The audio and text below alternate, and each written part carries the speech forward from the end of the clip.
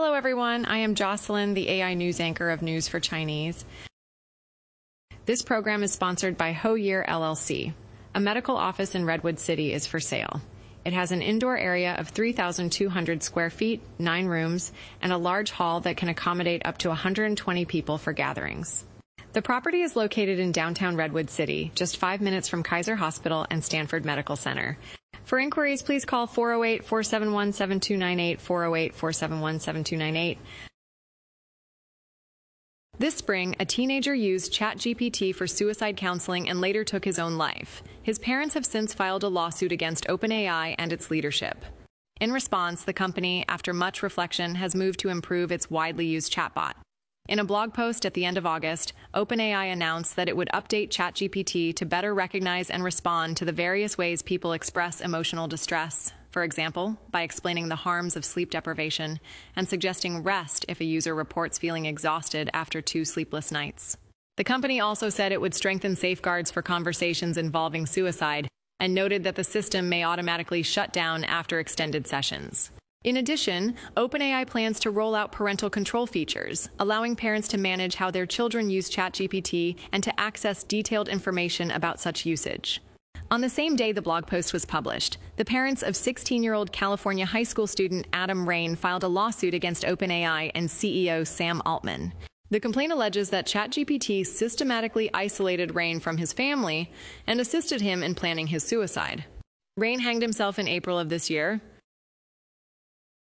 This year's Labor Day carried a particularly bitter tone, with waves of layoff announcements, whether caused by economic shifts or the rise of AI. Across the country, marches and rallies were held on the holiday, some protesting against billionaires, others celebrating workers. The Bay Area was no exception.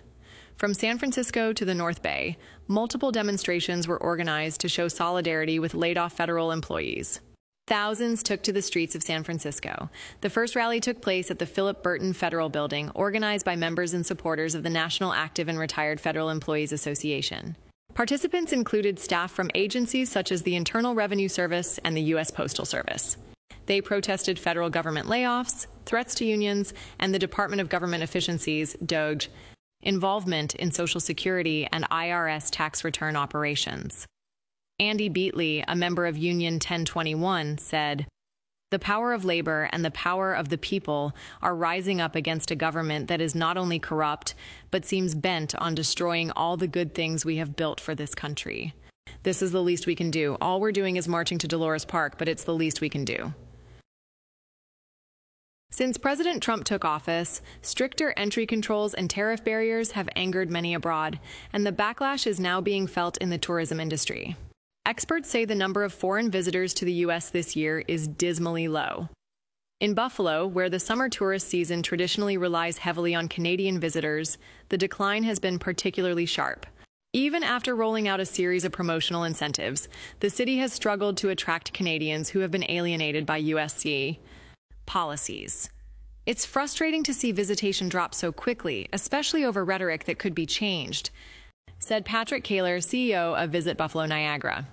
The World Travel and Amp Tourism Council, WTTC, forecasts that by Memorial Day, the U.S. will be the only one among the 184 countries it studies to see a decline in foreign tourist spending in 2025. The Global Industry Association stated that this finding is a clear indication that the United States' international appeal is waning. Julia Simpson, president and CEO of the WTTC, added, "The world's largest travel and tourism economy is heading in the wrong direction. While other nations are rolling out the welcome mat, the U.S. government has effectively hung up a closed sign." If you enjoy our local news, please subscribe to our YouTube channel, Laozhong News, for more Chinese local news.